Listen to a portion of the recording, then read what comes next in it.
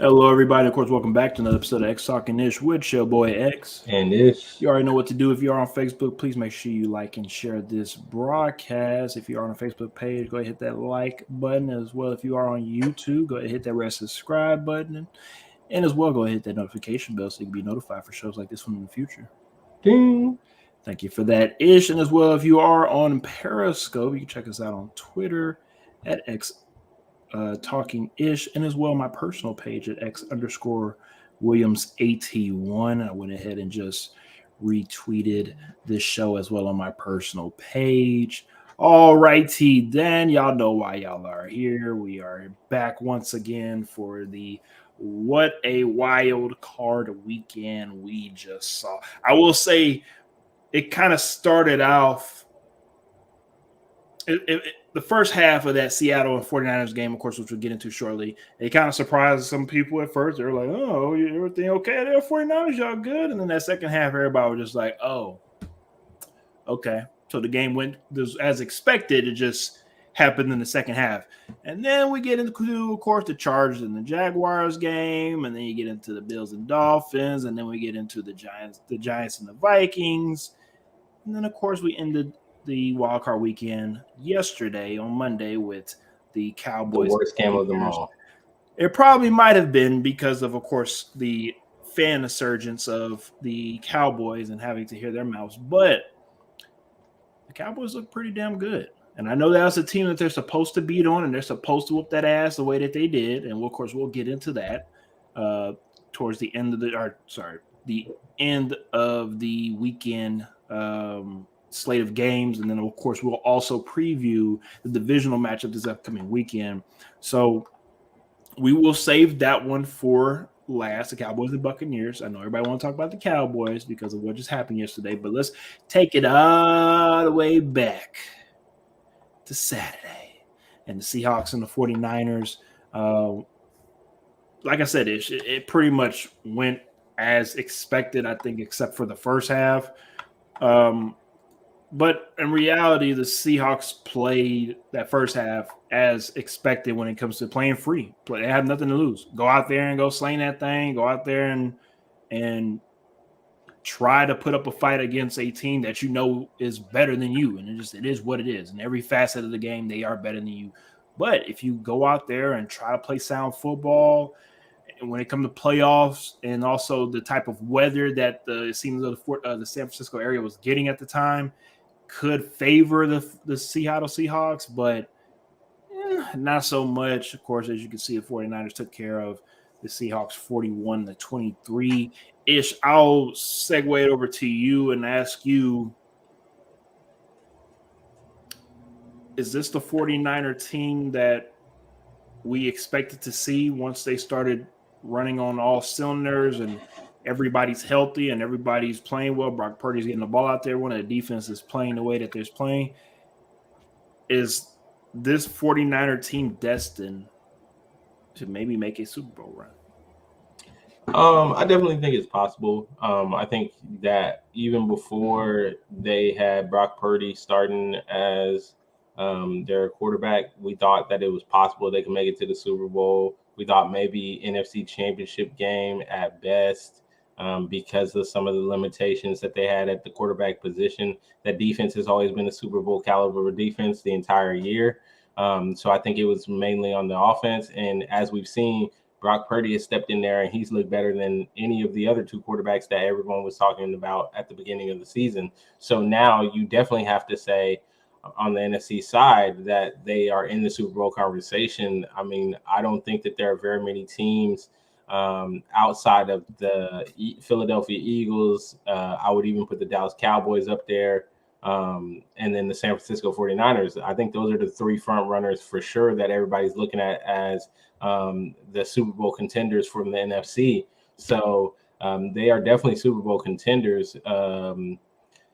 As far as their play, yeah, they played exactly as I thought they would. I wasn't surprised by the first half because you have to remember, this is the third time these teams played this year. Divisional matchup. And the Seahawks have been getting better as the year has gone on, especially Kenneth Walker, the running back. He's been getting better every week the further they got into the season. So I think it was even said during the broadcast that, the Seahawks felt confident because they felt like this was the best version of Kenneth Walker, and the best version of their offense that San Francisco was going to see all year.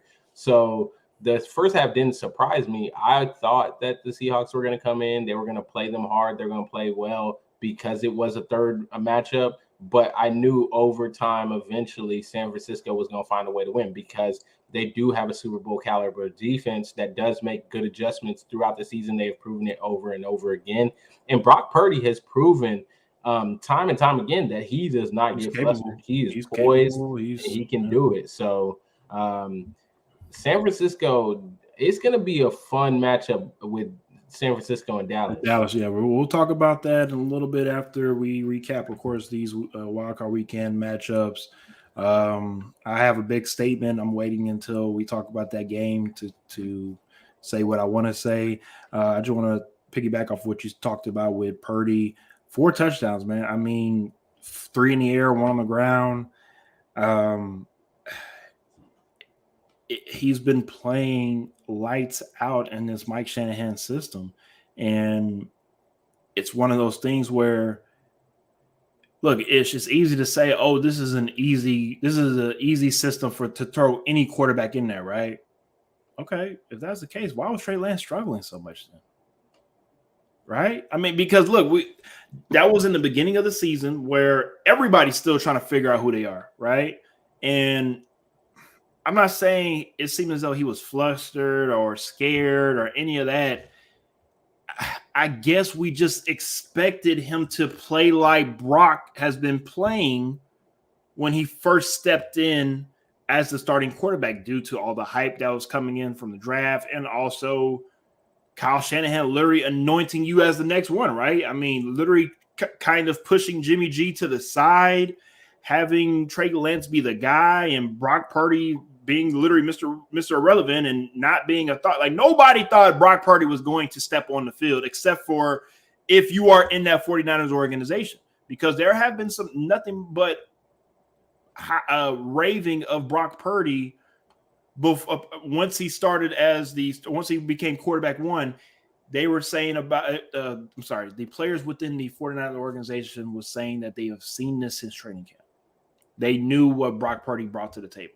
So it's very interesting to see how all of this is playing out, because if the 49ers go to the Super Bowl and win it with Brock Purdy, I mean, I'm not saying we're in a quarterback controversy, but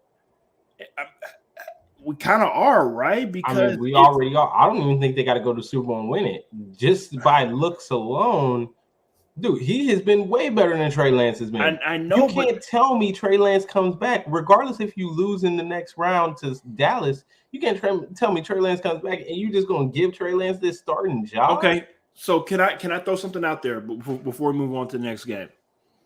The Tennessee Titans just hired a new general manager from the 49ers organization, correct? That's correct.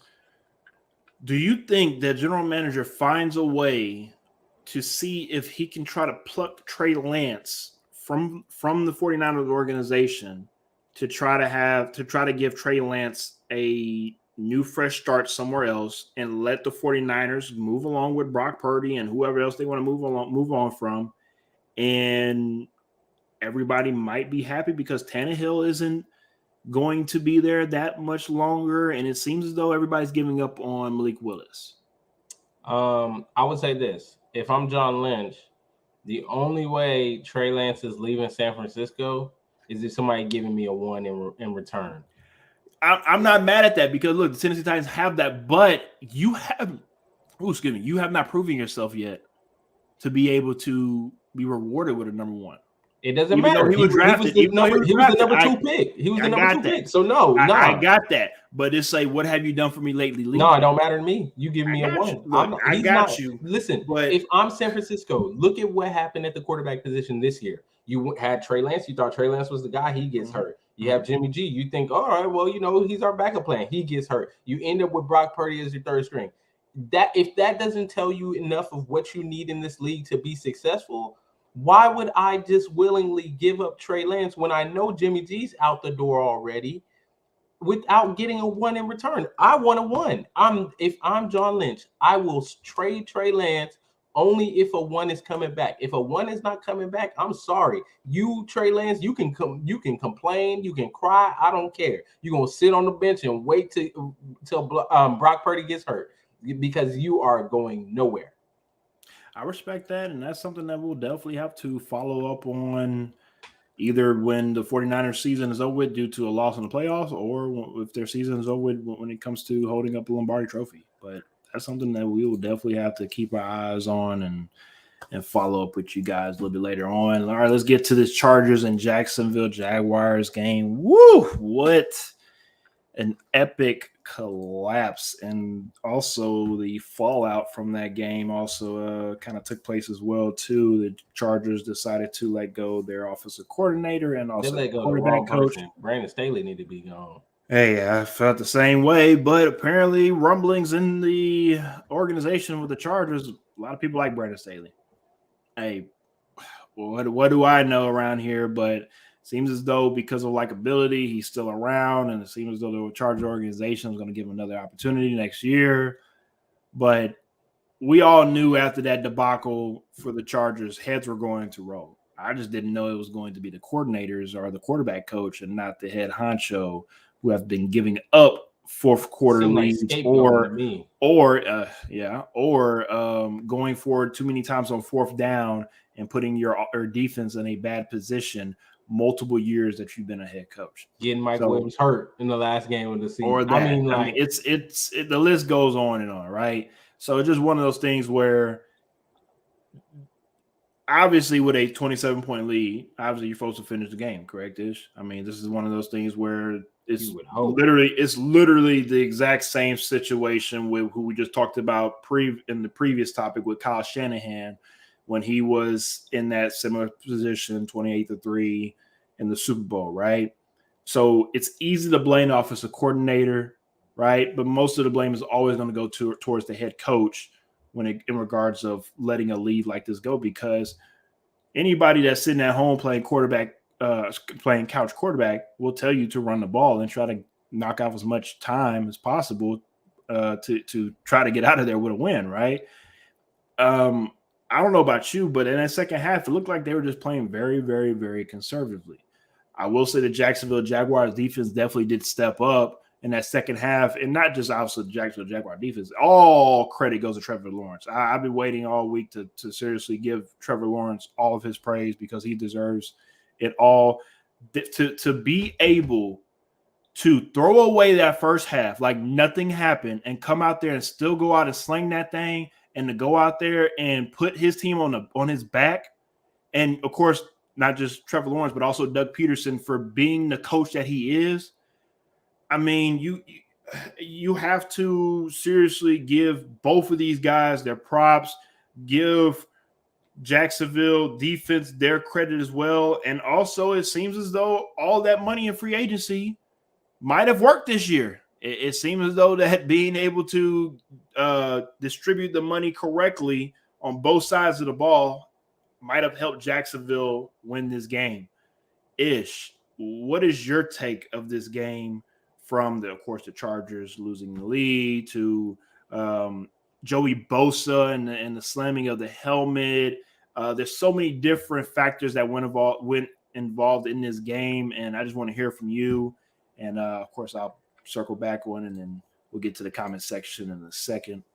I was just going to say, this game for me, this is when I knew that it was going to be a good weekend for me. If everyone's unaware, I went undefeated this weekend. I picked all the games right. You want a cookie? That's cute. I mean, if you've been paying attention to the London Jaguars all season, oh Lord, here we go. You would know. I'm watching 9-18, but continue. You would know that they're a second half team. They have, through the entire season, played, either okay or bad in the first half of games. And in the second half, they just kind of find a way to hang around and somehow pull off some of these victories. They've done it all season. So I was a little concerned when the fourth pick was thrown. and it was 27-0. I was like, well, y'all might have dug a little too deep a hole this time. But they responded like they normally do. Now, it wasn't all to they don't deserve all the credit because the Chargers did play not to lose.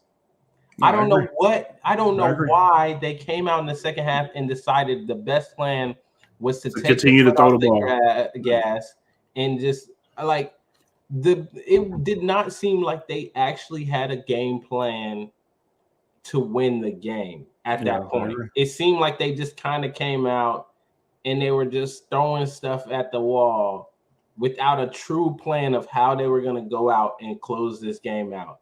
And so I think they definitely deserve to lose this game. I think that they have shown this problem. I think that Brandon Staley should be gone. He has shown mismanagement throughout the season. He has shown that maybe it's just too much for him. And the fact that they're scapegoating the coordinator and the quarterback coach is just funny to me. But I think that this Jacksonville team, they may be ready to take control of this AFC South and run with it for the next couple of years. It's there for the taking. They're going to continue to get better. Everybody forgets Calvin Ridley going to be on that team next year. Trevor Lawrence is just getting more weapons without the draft. So Jacksonville did what they needed to do. They came out, they let it all hang out in the second half, and they won this game. And, Chargers back to the drawing board, I guess. All right, let's get to the comment section because apparently Lee's the newest Jacksonville Jaguars fan, which is actually, to me, I think is honestly hilarious because if the Jacksonville Jaguars come into Arrowhead and beat the Chiefs, I don't think Lee's going to be talking about Duval too much longer. But who knows? We'll see. Who knows? He might be a Jacksonville Jaguar fan after the Jacksonville Jaguars beat the Chiefs, but we'll see what happens. Also, Lee says, can Herbert get some blame, please? Did you see him the entire second half? He looked like he forgot to play football, all coaching. That's wild.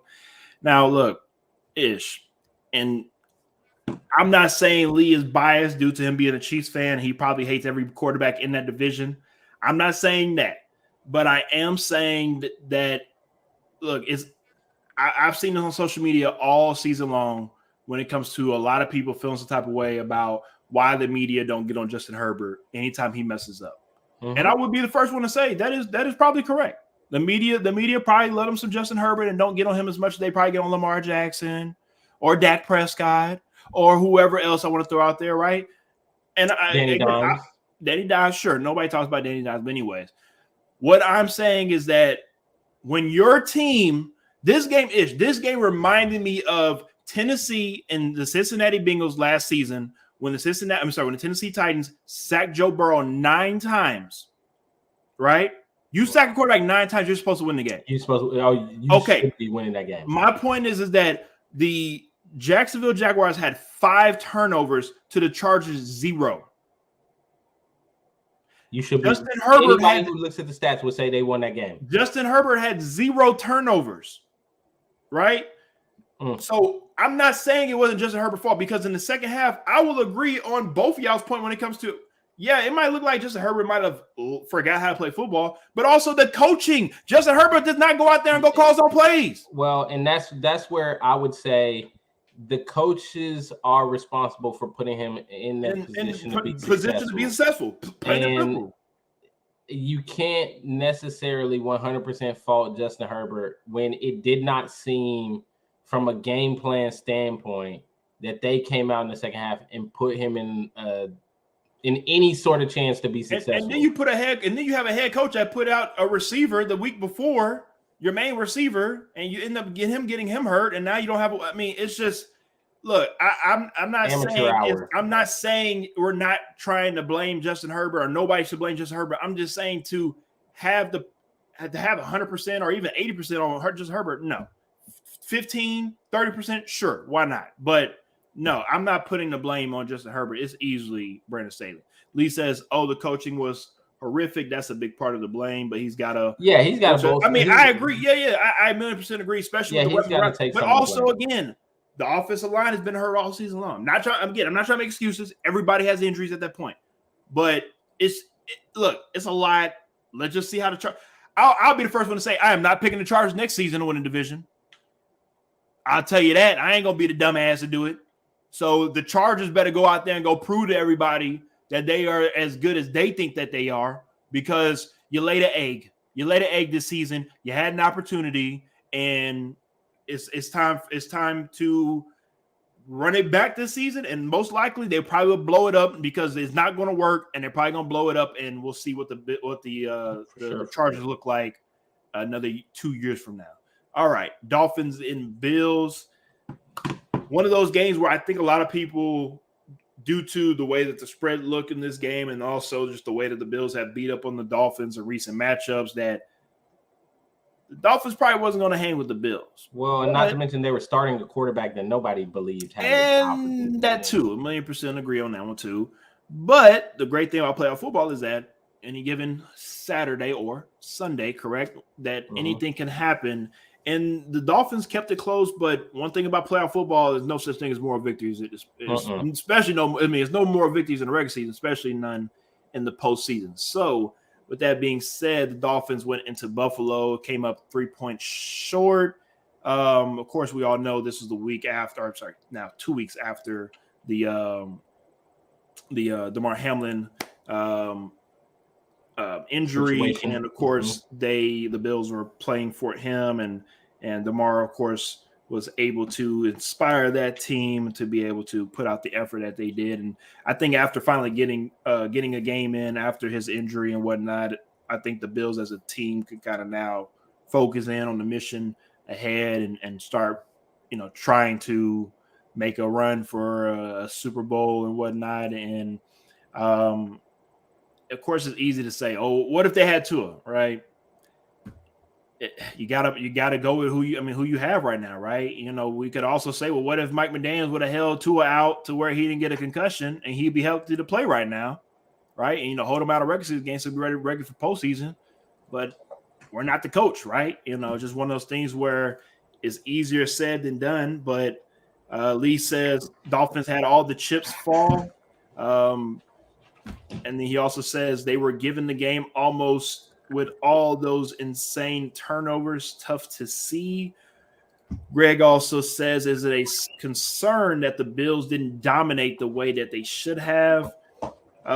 Whenever, of course, Ish comes back, I'll talk to him a little bit about that. But I'll just piggyback off of what Greg is asking. I wouldn't say I'm concerned due to that being a divisional matchup like Ish and I talked about with the Seahawks and the 49ers, just the way that the Seahawks played in that first half. These are two teams that know each other.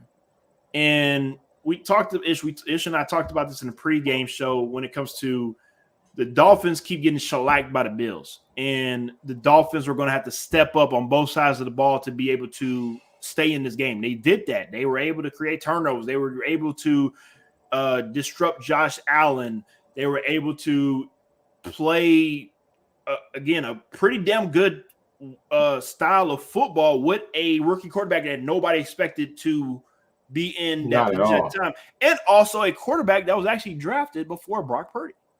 So you would think that quarterback might be better than Brock Purdy, right? But it just doesn't work like that. We talk about it all the time. That's why we also have a show called Draft Hindsight 2020, because that's just sometimes how the draft is.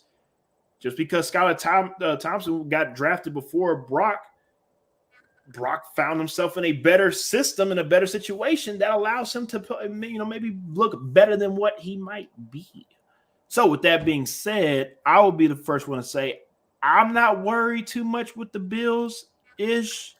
We'll see how they really are on Sunday when they play against the Bengals. We'll talk about that shortly, but I'm not too concerned, only because of I think Josh Allen, they clean up those sloppy mistakes. I don't think we'll see Josh Allen. Well, no, you can say the back. We'll see Josh Allen fumble one more time because he's a little reckless with the football. But for the most part, with them being able to play in Buffalo, they're able to overcome some of those mishaps. That's my opinion on Josh Allen able to do some of the silly things he's able to do. Ish. Yeah, I'm not too concerned. Like you said, it's another divisional matchup. Third time seeing them You know they're going to play them hard. You know they're going to game plan. They know them very well. So I was expecting it to be hard fought, although they had Skylar Thompson. I thought that they would hang around for a little bit. I didn't think they would hang around the entire game, but I did think they would hang around for a little bit, and then eventually they would just get, the shellacking beat out of them. But no, they hung around the whole game. It kept it there. I think Buffalo and the turnovers were mainly the reason why they were able to hang around for so long. But I'm not concerned about Buffalo. It's going to be a tough matchup regardless this week against Cincinnati. So we'll see. They have to, put it together and continue this emotional run, as they're putting it all on the line for their teammate, for their guy, and trying to win it for him. I will say as well, to finish this up before we move on to the next topic, I feel as though that first drive of the game for the Dolphins, when they threw it to Jalen Waddle and he had an opportunity to catch the ball, when he dropped that one, I feel that kind of set the tone for the Dolphins. Just, close, but just no cigar.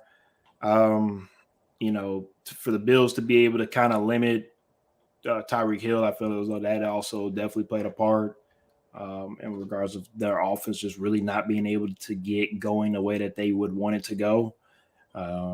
And the Dolphins have a lot of question marks to answer in the offseason on what they're going to do. Quarterback position, certain defensive players as well. Xavier Howard did not look like Xavier Howard that game. Sometimes, when you get paid, you start eating a little better. Be moving around like you used to. So I'm not saying that's the case. I'm just saying that the Dolphins are going to have to do a little bit of soul searching in the offseason to figure out. I don't think they need to be soul searching. I think they know who they are, and I think I feel as though the defense has not been what they were in the last couple of years. Yeah, but that's you went from a defensive coach to an offensive coach. This is true, but you also traded for Bradley Chubb as well, who's been hurt the last couple of weeks or whatnot. He just came back in the last game. Hey, I can't tell you anything. I'm just saying that it's different. You wanted to go all in on Tua, and that's what you got, right? So your defense not as tight as it was maybe under a guy that's what his focus was. Yes, sir. It's all good, Fracture Walnut, and we know that you hella late, but at least you here, and that's all that matters. He came just in time to, of course, talk about Ish's favorite quarterback, and of course, yes, we have to.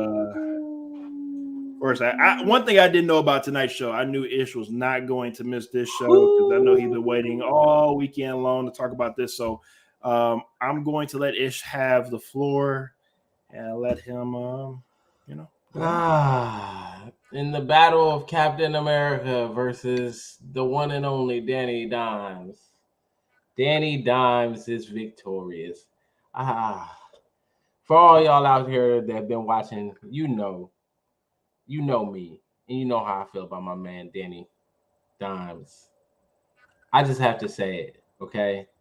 I called X right after the game, right as the game was wrapping up, just to let him know, how I was feeling. There were no dinks, no dunks, just dimes, baby. Just dimes. Because Danny Dimes carried the New York Giants to this victory. My man was running to the left, running to the right. I mean, he ran more than Saquon Barkley, okay? This guy looked like Michael Vick reincarnated. Randall Cunningham, Dante Culpepper. The list goes on and on, all right? The man was out there running for his life, making plays, throwing dimes. And I said it.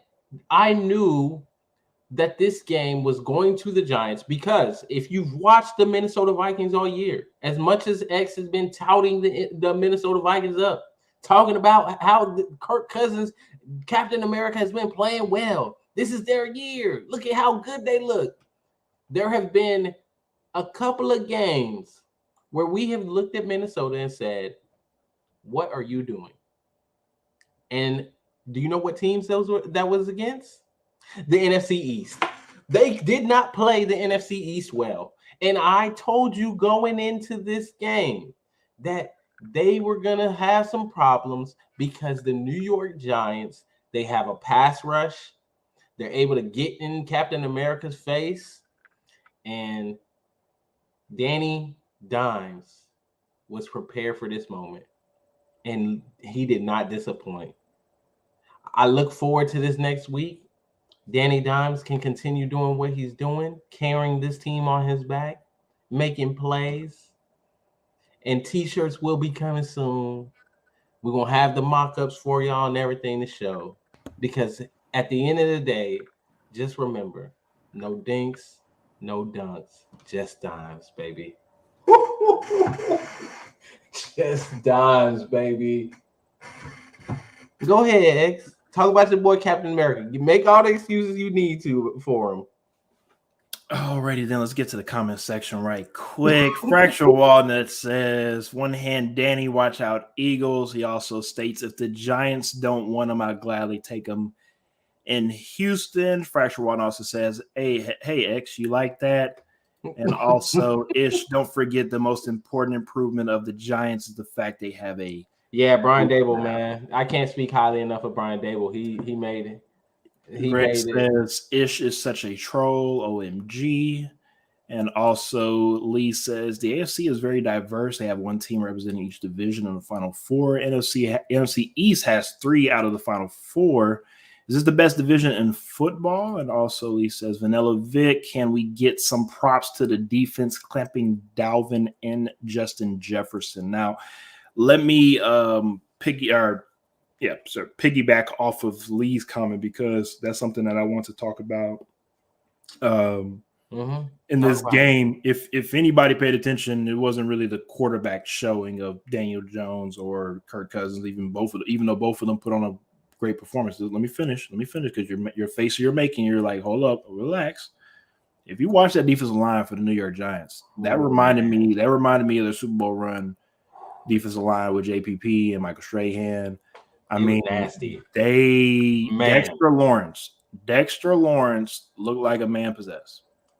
This boy out here about to make him a lot of money real soon by the way that he was disrupting everything. And that's one thing I want to point out was the defensive line itself is making the Giants defense look that much better than what they are. They're not bad. I'm not saying that they're bad. They are a good defense, but it's the defensive line that's allowing everybody else to look that much better. And that's a great thing, because if you have a defensive line and that can get to the quarterback, you can win games you're not supposed to. And I'm not saying this might have been that one, but this upcoming game against the Eagles, if they're able to disrupt again another third matchup, number 3 matchup of the year, it's not something that will be surprising or shocking to some people. Maybe surprising, shocking to casual fans, but I will be the first one to say this. I was very, very, very impressed with the Giants showing in this game. I was waiting for the Kirk Cousins fourth quarter drive down the field to tie up this game, take it to overtime, and have some more overtime fun. That's what I was waiting on this game. It didn't happen. It is what it is. Again, look, I'm not somebody that's gonna go out here and be a sore loser and nothing like that. I'm gonna give props where props are due. The Giants and everybody within the organization deserves all of the props, and it's gonna be interesting to see how they match up with the Eagles coming up this upcoming week. Fracture Wanna says Eagles offensive line need to be ready because that defensive line is real. And he also says when you can rush only 4 and stop the run and get sacks, the secondary will look like gods. Exactly. That was the key. So, seven DBs just rushing 4. I mean, they put Kirk Cousins in some real difficult situations. I mean, and Kirk Cousins still threw 31 for 39 and almost 300 yards, 2 touchdowns. But again, it just wasn't enough, because even though the stats might look good, and that's something I talk to you about all the time, and I hope Greg is still listening because I say this all the time. Stats are cute. They really don't mean anything they don't tell anymore. The full story. But, they only tell part of the story. They do not tell the whole story, because some of these stats are garbage time stats from time to time. Some of them are, okay, you threw for 250, but you got beat by 20 points. Like, who cares? Kirk didn't. It's not like he did anything to lose that game, right? Like, Kirk played well. It's just that when it really came down to it, one of the biggest things for me was when you look at third down, Minnesota's 4-10 on third down conversions, 1 for 2 on fourth down conversions. When it came down to it, when they needed to stop, that defensive line made a stop. They were in his face. They were causing problems when they really needed that. And that's the difference. Like, he made plays, but it was just when it was time to get off the field, New York found a way to get off the field. And I was going to say, when teams in the playoffs that are able to continue to sustain drives on third down or stop teams on third down, those are the teams that are probably going to win. Makes the difference. Yep. So, all right, let's go ahead and move on and talk about the Ravens and the Bengals. This game, again, was kind of – the result was what everybody expected, but the game itself was a lot tighter than probably people expected. But, again, another divisional game. I talked about this in the pregame show. We had 3 matchups of this past weekend that were divisional games, and all of them were close as expected, except for, of course, the 49ers and Seahawks game. There were some rumblings after this game from Ravens personnel, mainly J.K. Dobbins, and he stated that he felt as though that they could have won that game if Lamar Jackson was playing. There are a lot of things going on within that organization, of course, stemming from Lamar Jackson and his knee injury, his contract. What is the organization going to do with Lamar? And it seems as though that after the loss, emotions have kind of spilled out from players within the organization. I'm going to keep this short and sweet. The Ravens better figure something out, or they are going to lose out on something. And I'm not talking about just I'm not just talking about just Lamar Jackson. I'm talking about just the way that people view the Ravens, and also how free agents and other players that might want to come to the Ravens on how they view, the Ravens. So I want to get to this comment right quick from Fracture Wanda. He brought this up a couple minutes ago. He says, what do y'all think about the Ravens trading Lamar to the Lions for, he says, Mr. Jared Goff? Why would they do that? I feel the same way. I don't think that's good for anybody. But. Well, I don't understand why they're going to do that. I think the Lions are okay with Jared Goff. I think they like Jared Goff. They've actually came out recently and endorsed Jared Goff for them to be their quarterback moving forward. And Jared Goff is not a no quarterback. He's still, I think, 27. So I mean, he's still young enough to play with the Lions and make a run. But if you go to the Lions, you're going to have to change everything that you're doing there. They are a very well balanced offense. So I don't know. I don't think that they do that. So, Greg says, let me finish the comments right quick, and I'll let you piggyback off of that. Greg says, yet again, the Bengals have O-line issues. New Year, same problems. I'll actually piggyback off of that.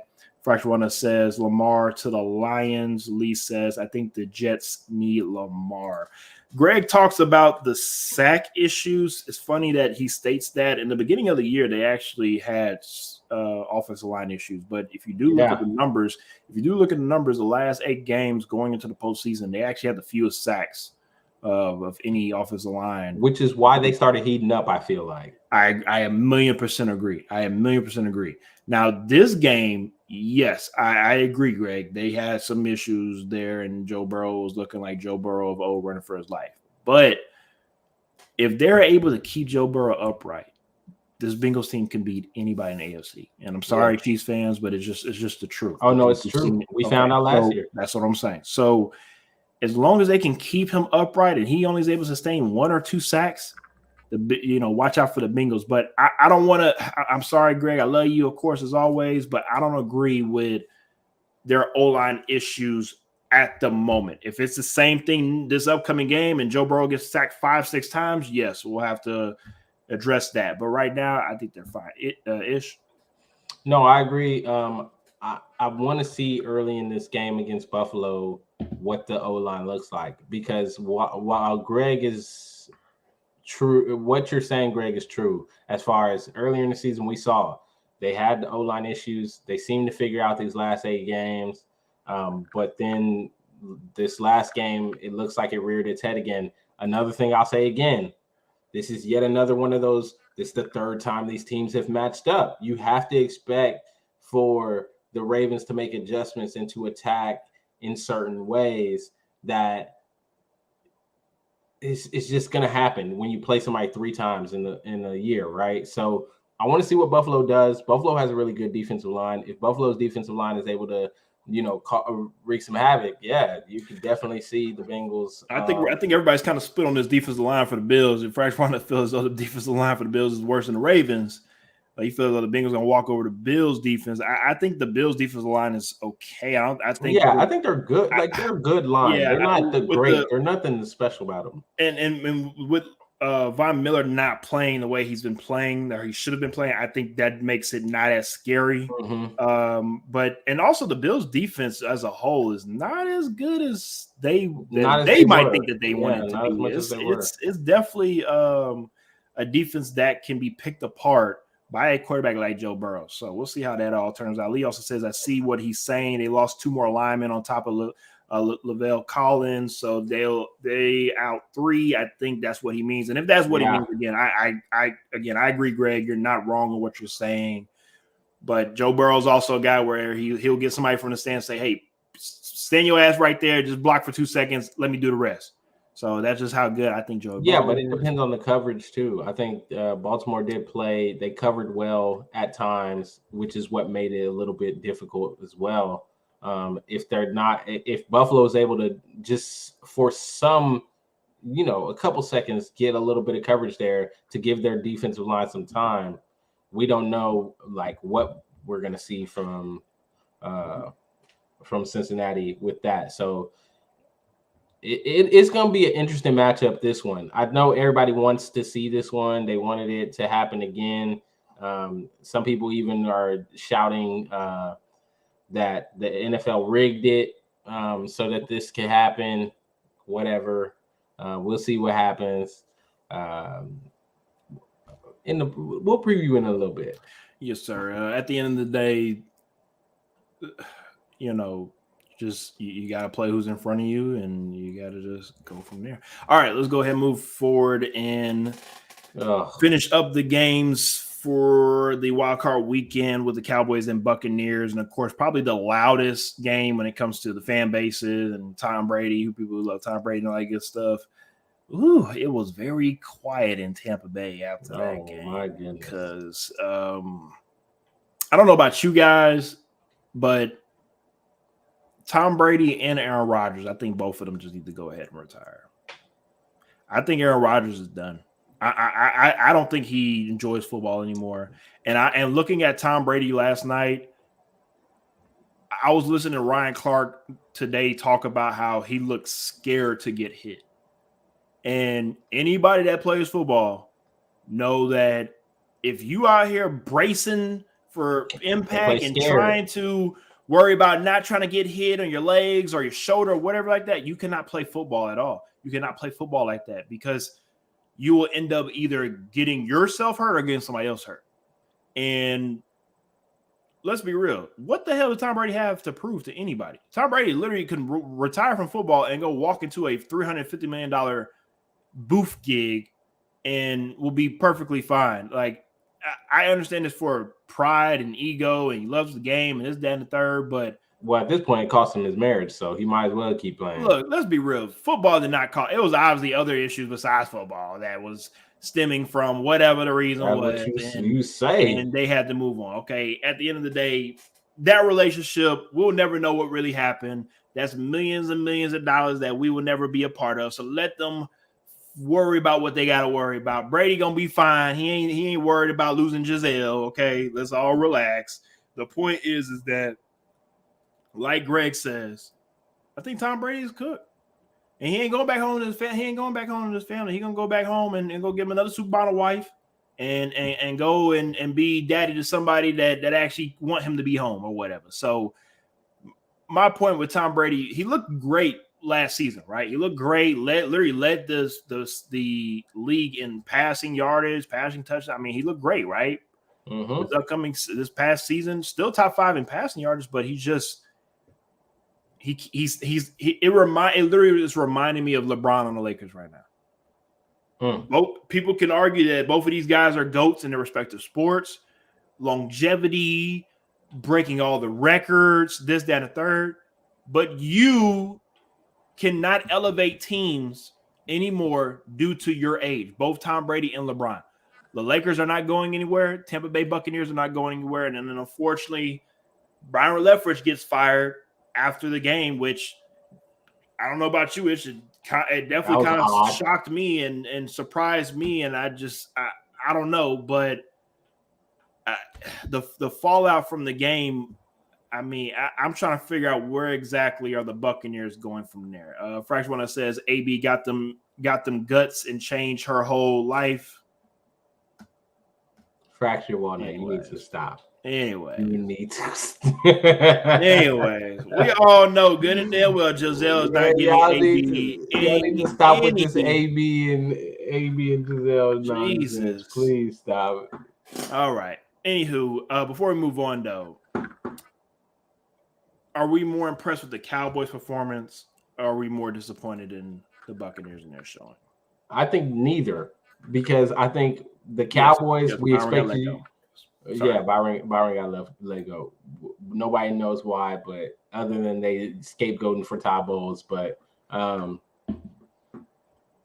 don't think I'm impressed by the Cowboys, and I'm not disappointed in the Buccaneers. We knew the Buccaneers were a bad team coming in, and then to be honest, we knew that we expect the Cowboys to whip up on a bad Buccaneers team. So all the Cowboys fans that are all hyped up and talking about like, oh yeah, we got rid of Tom Brady. Like, dude, they were a bad team. You were supposed to get rid of Tom Brady. You were supposed to do that, okay? Like, if y'all lost this game, it would be a bigger statement than anything. So it honestly would have been like last year when they lost to the 49ers when they were supposed to be at home. It would have been just like that. Like, why are y'all losing to these teams you're not supposed to lose to? But we will segue that real soon when it comes to the Cowboys and 49ers. We'll segue into that very, very soon. All right, let's go ahead and preview these divisional matchups this upcoming weekend. We'll get y'all up out of here for tonight. Jaguars versus Chiefs in Kansas City. The Chiefs are an 8.5-point favorite to open this game up. Of course, we have our boy Ish here, resident Chiefs fan, and of course our boy Lee. I don't know about you, Ish, but I think Lee's going for the Jaguars this game. I'm pretty sure he's going to be yelling out Duval. I thought maybe it's possible. So, how do you guys see this game playing out? Is it going to be one of those where Jacksonville actually stays in it, or are we going to see the Chiefs show the Jacksonville Jaguars why they are who they are? Ish. If you recall, if everyone recalls, they did play Jacksonville in week 10, and it wasn't a rout by any means. I mean, the game ended 27-17. And I would say that this is a better Jacksonville team than before, just like I expected to be a better Chiefs team than before. But this is one of those games that I feel like this is a gotcha game. From the standpoint of London has nothing to lose, all right? Yep. They have nothing to lose. I think it's similar to what happened in the second half against this past weekend, where you're down 27, but you don't have anything to lose. Nobody expected them to go in and win that game and do that much. Nobody expects them to beat the Chiefs. The Chiefs need to go in and handle business. And one of the things that has concerned me throughout the season has been just that killer instinct to put teams away. It just seems like the Chiefs at times they don't actually go in and try to finish teams off and just get rid of them. And if they do that with Jacksonville this weekend, Jacksonville will win this game. But I expect the Chiefs and Andy Reid to come out like they do all the time after bye weeks, have all the tricks ready for them, be ready to go, and they'll win this game and move on to a neutral site, maybe. AFC It'll be Atlanta. Game. It'll be in Atlanta. Fracture One says, sorry, Doug, it's been a good run, but Andy Reid is going to teach you another lesson. And of course, if you know the background between these two guys, they know each other very, very well. That's Doug Peterson and Andy Reid. I will say this. Nobody expects the Jacksonville Jaguars to win this game, which is honestly great for the Jacksonville Jaguars because you're playing with house money. But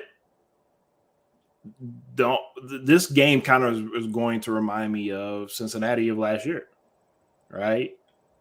I'm not saying that Jacksonville Jaguars have the same type of team or as good as the Bengals. I'm not saying that, but when you have a quarterback and when you have belief amongst the team and when you have a coach that knows the hell he's doing, as long as you go out there and play some sound football, and the Chiefs, we look, the Chiefs have played well under pressure. They played well at home in postseason games. They're not scared of nothing. We're not, we've seen them down by multiple scores in postseason play and come back and win games. So I'm not trying to not challenge the championship, but I'm not even trying to say, oh, anybody that's a Chiefs fan needs to be worried. I'm not saying that at all.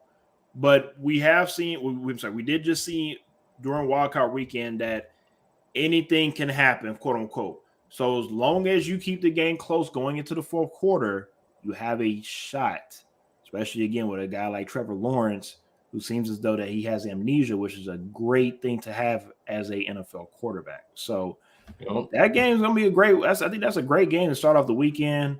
Divisional matchups. I got the Chiefs winning by at least a touchdown, but again, we'll see how that plays out. All right, Giants versus Eagles. Eagles open up a 7.5-point favorite. That'll be a night game on Fox. Let me know how you feel as though this game will play out. Man, another third matchup of the year, another divisional matchup in the playoffs. It's been crazy this year with all these divisional matchups because it makes for really interesting games to see how teams adjust and how teams come out and what their mindset is playing. These two teams, they know each other well. They've played so many times.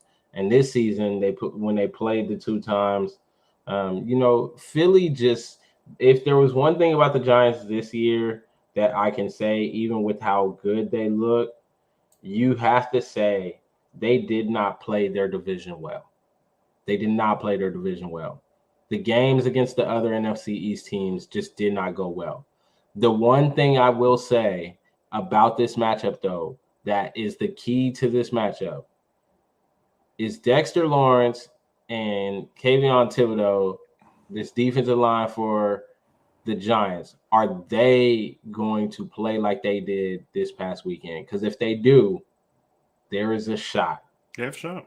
Mm-hmm. There is a shot because Danny Dimes has been on a mission this year, not necessarily to go out and prove he's a star, but just to play solid, to be in that conversation of, I would say, the Eli Manning conversation.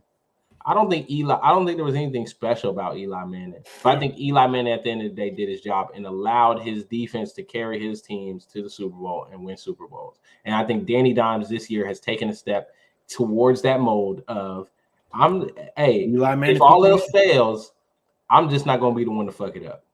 Yeah. All right? That's really what it seems like Danny Dimes has done. And that's what I'm expecting, but it's going to be not good enough because I expect the Eagles to win this game. They've been on a mission. They've played well. That defense is playing well. And Jalen Hurts, he got to back up what he's did all regular season. I will say this. I saw an interesting stat that pretty much showed the blitz rate and when the Giants do not blitz Jalen Hurts. So 50% blitz, 50% no blitzing against Jalen Hurts. And when Jalen Hurts gets blitzed, he actually has a better QBR. He throws the ball farther. He has more touchdowns, less interception. When the Giants do not blitz, of course, QBR goes down, passing yards go down, interceptions rise. So what it seems like to me is that we might see about 25% blitzing, 75%, 7-man drops, maybe even an 8-man drop. But I'm thinking that I'm pretty sure it's not gonna be 8-man drop, but I'm just saying that as long as the Giants can get to Jalen Hurts with 4, this could be a very interesting game because, like we talked about, these teams know each other. It's not like they don't know who these guys are, and if you can create some turnovers and get the crowd out of the game for the Giants, hey, why not? Why not? All right, Fracture One that says this Giants team is built just like the team that won those 2 Super Bowls. I 100% agree. And like I stated with Daniel Jones, I mean, he really is reminding me of Eli Manning when he went on his the Super Bowl runs. You do not have to be the greatest quarterback ever, right? But to be able to be good in a month time frame could allow you to be able to host a Lombardi Trophy. And when it comes to Danny Dimes, again, I don't think he's the greatest, but he's doing what the team need him to do, which will allow him to be able to be successful with that organization. All right, let's go ahead and move on to the Bengals and the Bills. And, of course, we finally get to play out the game that unfortunately got canceled, and we get to see who really is the better team. This time it will be in Buffalo. And if I don't know about you, Ish, but honestly, I don't think the Bengals give a damn where it's played. I think this is one of those games where the Bengals know who they are, and they know that they can compete with anybody, and they don't care if it's the Bills or the Chiefs. They're ready to play. This might be one of those games where it might come down to who has the ball last. But I'll be honest with you, Ish. It would not surprise me at all if the Bengals go into Buffalo and beat down the Bills. I said what I said. I'm talking about by at least 10 points. And I wouldn't say shock the world, but continue to keep growing the legend of Joey B. You know, it's funny you say that because I think the Bengals going to win this game. Woo! I think the Bengals going to win this game. Woo! I wanted to go with the Bills. I felt like, you know, they're going to be fighting for their guy.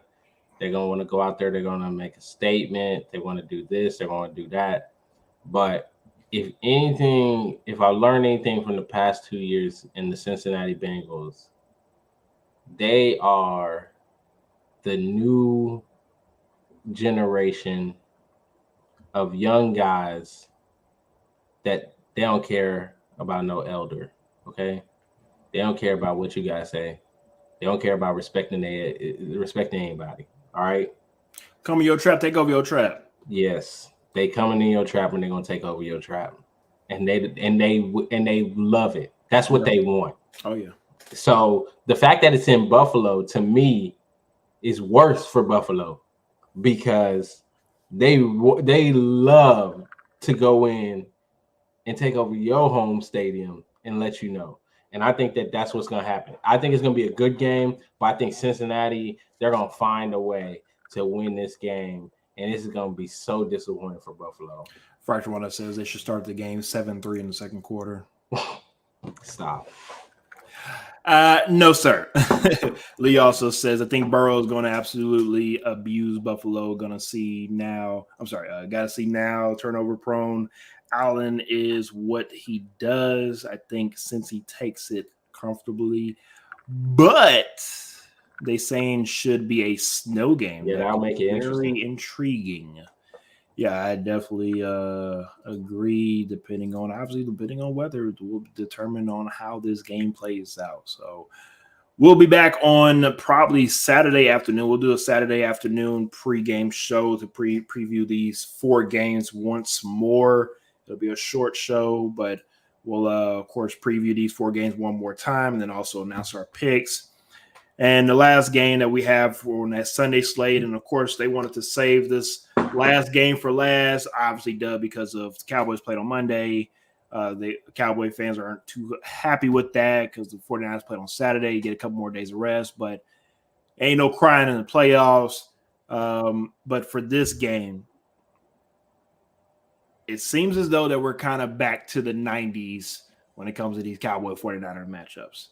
Last year was a surprise that the Niners snuck up on them. This year, nobody is surprised about the Niners at all. Now, the real question is can the Cowboys match up with the 49ers with just with all of the Swiss Army knives that the 49ers have on offense? Seems as though, again, if that defense can play the way that they did against Tom Brady, they have a chance. But we just know how these Cowboys are, right? It seems as though anything that can go wrong will. But I want you to talk about this game first, and then I'll finish it up because I have something to say about this. So I'll let you go, Ish. I mean, this is a matchup I'm excited about. I wanted to see this matchup. It's gonna be a situation of the mastermind of Kyle Shanahan and his offense. Are they able to find a way to break down this Dallas front seven and make it and have an impact? And that is the key matchup for me. I think Dak Prescott and the Dallas offense against the 49ers defense is another good storyline. But the main thing I'm looking at is Kyle Shanahan. They made the move to go get Christian McCaffrey. They've got Deebo Samuel. They've got Brandon Ayuk. They got George Kittle. How do they utilize all these weapons to break down this front seven? And for me, it may change by Saturday, but I think Dallas finds a way to win this game. I think the Dallas Cowboys and Micah Parsons is going to make it very interesting for Brock Purdy. And I think that the Dallas Cowboys find a way somehow against all the odds, against this 49ers tough defense to win this game. Again, this may change by Saturday. I might change my mind, but right now I'm thinking after I saw that game last night, I kind of sat and thought about it. But that was a game they're supposed to win, though, right? I've been high about the 49ers. Yeah, they were supposed to win. Okay, I'm just but making one sure. One of the things that I did like about it, Michael Parsons continued to show me exactly what I needed to see. Mm-hmm. And my one thing is he is an X factor. Oh yeah. And the what put it over the edge for me is I said it when they got Christian McCaffrey. And the very next week, we saw it happen. Sometimes Kyle Shanahan try to get a little too cute with all these. I got all these weapons. I'm going to find all these creative ways to use them. I think it comes back to bite them in the butt this week. Okay. Let me get to the comment section right quick. Fracture One also says, right before he gets up out of here, he says, one more thing. If the Cowboys walk all over the 49ers, would that cripple Ryan's head coach? No, he cemented his opportunity to get a head coach. It's all going to be about whether or not people believe in him. Yeah, I 100% agree. Greg also says it won't be pretty, but it'll be purdy. I like that one. I like that. Now, my biggest statement that I want to say, and I appreciate everybody as always for tuning in, I feel as though whoever wins this game is going to win the Super Bowl. Wow. Yeah.